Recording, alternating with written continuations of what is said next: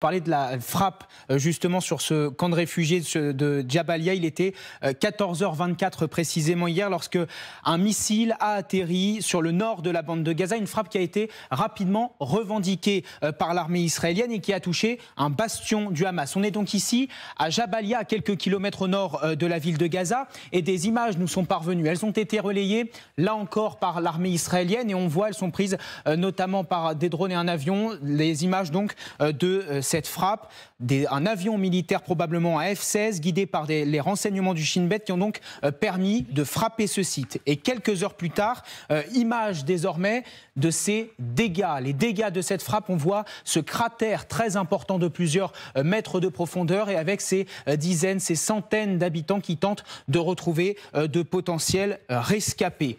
Et sur Twitter, dans ses points quotidiens, eh bien, l'armée israélienne explique que les combattants de Tsahal ont identifié de nombreux terroristes du Hamas retranchés dans un immeuble à plusieurs étages dans le quartier de Jabalia. Explique la cible donc. Absolument. Et justement, carte à l'appui, eh bien, Tsahal montre la zone concernée. C'est cette zone ici que vous voyez juste ici. Selon l'armée, cette partie de la ville servait de PC et de camp d'entraînement aux membres du Hamas. Des positions de tir ont été retrouvés avec un stock d'armes très important et également des tunnels qui menaient vers la côte. Et à proximité de cet immeuble visé, on le voit là, il y avait des écoles, une station de pompage ou encore deux mosquées ou même une clinique médicale. Une zone très urbanisé donc qui se trouve au milieu d'un camp de réfugiés. Ce camp de réfugiés, vous le voyez ici délimité par ces lignes blanches et le pictogramme que vous voyez ici, c'est là où a eu lieu cette fameuse frappe. Et si on zoome encore un peu plus, on peut voir qu'il y a des dizaines, des centaines d'habitations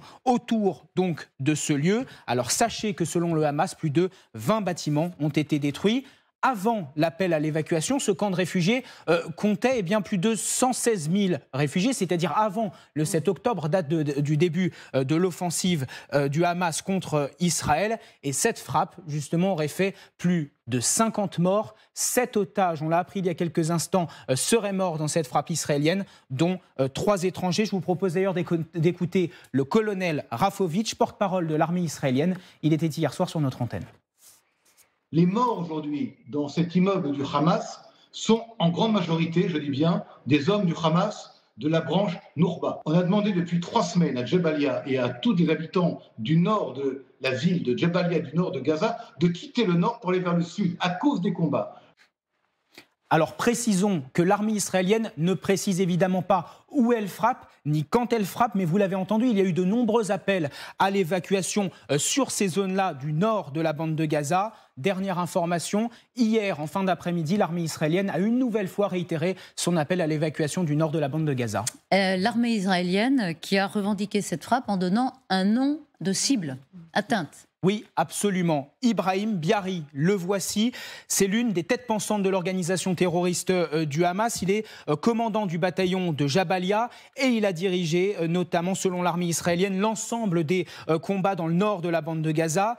Biari, d'ailleurs, qui aurait participé à l'envoi de terroristes lors de l'attaque du port d'Ashdod, c'était en 2004. 13 Israéliens avaient été assassinés et Tsahal explique qu'il a été chargé de diriger les tirs de roquettes envoyés sur Israël pendant plus de 2 décennies. Et c'est lui qui, d'ailleurs, promouvait de nombreuses attaques contre Israël.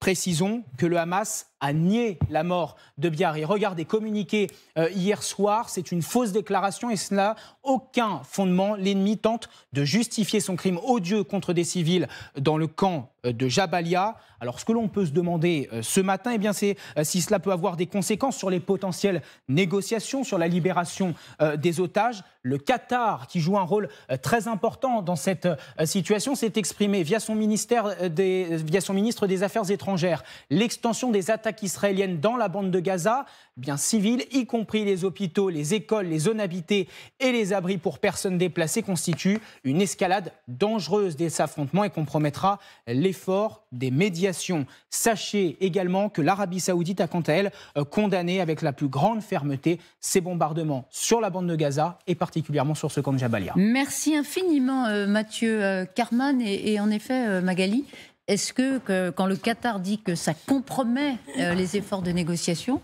Ça voudrait dire que le Qatar pourrait se retirer du jeu?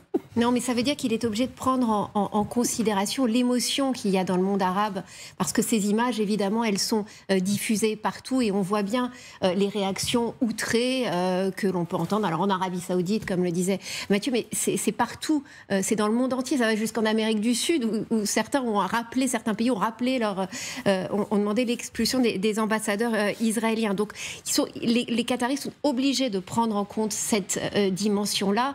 Est-ce pour autant qu'ils vont stopper leur rôle de médiation? Non, certainement pas. Mais en fait, ils sont obligés d'essayer d'envoyer quand même un message à cette rue arabe alors qu'ils parlent avec Israël aussi. On a vu le chef du Mossad qui, ce week-end, par exemple, a fait un aller-retour au Qatar, à Doha. Oui, et on a vu dimanche que le procureur de la CPI était sur place et qu'il voulait lancer des enquêtes justement sur des possibles crimes de guerre. On verra donc si ça fait partie de son enquête. Ouais. Juste un mot, puisque vous en parliez, on en parlait tout à l'heure en plateau aussi. Si le Mossad est à Doha, ça veut dire qu'Israël négocie avec le Hamas? Ça veut dire que les deux choses se font de concert, c'est-à-dire qu'il y a évidemment l'opération terrestre pour éliminer les cibles du Hamas et tenter d'essayer d'éliminer la menace et aller chercher des otages. Rappelons qu'il y a quand même une soldate israélienne qui a pu être sortie justement de ces fameux tunnels cette semaine grâce à une opération commando, mais en même temps, on continue évidemment à discuter. Avec le Hamas. Avec éventuellement. Par l'entremise du Qatar. Oui, peut-être pas directement. C'est toute la question. Merci beaucoup. Merci encore.